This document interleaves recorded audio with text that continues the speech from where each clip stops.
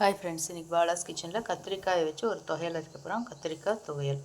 அதுக்கு ஒரு 5 கத்திரிக்காய் எடுத்து இந்த மாதிரி லேஸாக நறுக்கி வச்சுருக்கேன். அப்போ தான் சீக்கிரமாக வதங்கும். 5 கத்திரிக்காயை அப்படி நறுக்கி வச்சுருக்கேன். தேங்காய் வந்து ஒரு அரை மூடி வச்சுருக்கேன். சின்ன மூடியாக ஒரு அரை மூடி தேங்காய், சின்ன வெங்காயம் கொஞ்சம், வரமிளகா, புளி, கருவேப்பிலை. காரம் உங்களுக்கு தகுந்த மாதிரி போட்டுக்கோங்க. நான் 4 வரமிளகா போட்டிருக்கேன். ஒரு சின்ன துண்டு புளி வச்சுருக்கேன். உளுத்தம்பருப்பு ஒரு ஸ்பூனு, ஒரு கட்டி பெருங்காயம், தேவையான உப்பு. இப்போ நாம் இதெல்லாம் வதக்கணும். வதக்கிட்டு பார்க்கலாம்.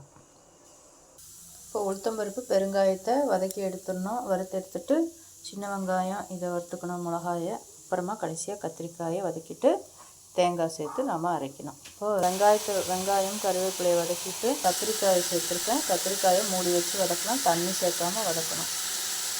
கத்திரிக்காய் நல்லா வதங்கிடுச்சு. இது ஆறட்டும். நம்ம இதெல்லாம் சேர்த்து தேங்காய் சேர்த்து அரைச்சிடலாம்.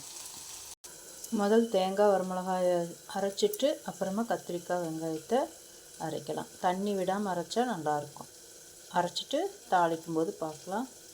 நம்மளோட கத்திரிக்காய் துவையல் தயாராகிடுச்சு. நான் கடுகு கருவேப்பிலை மட்டும் தாளிச்சிட்டேன். ட்ரை பண்ணி பாருங்கள். ரொம்ப டேஸ்ட்டாக இருக்கும். சாதம், இட்லி, தோசை, வெரைட்டி ரைஸ் இதுக்கெல்லாம் தொட்டு சாப்பிட நல்லாயிருக்கும். ட்ரை பண்ணி பாருங்கள். Thank you friends. ஓம் சாய்ராம்.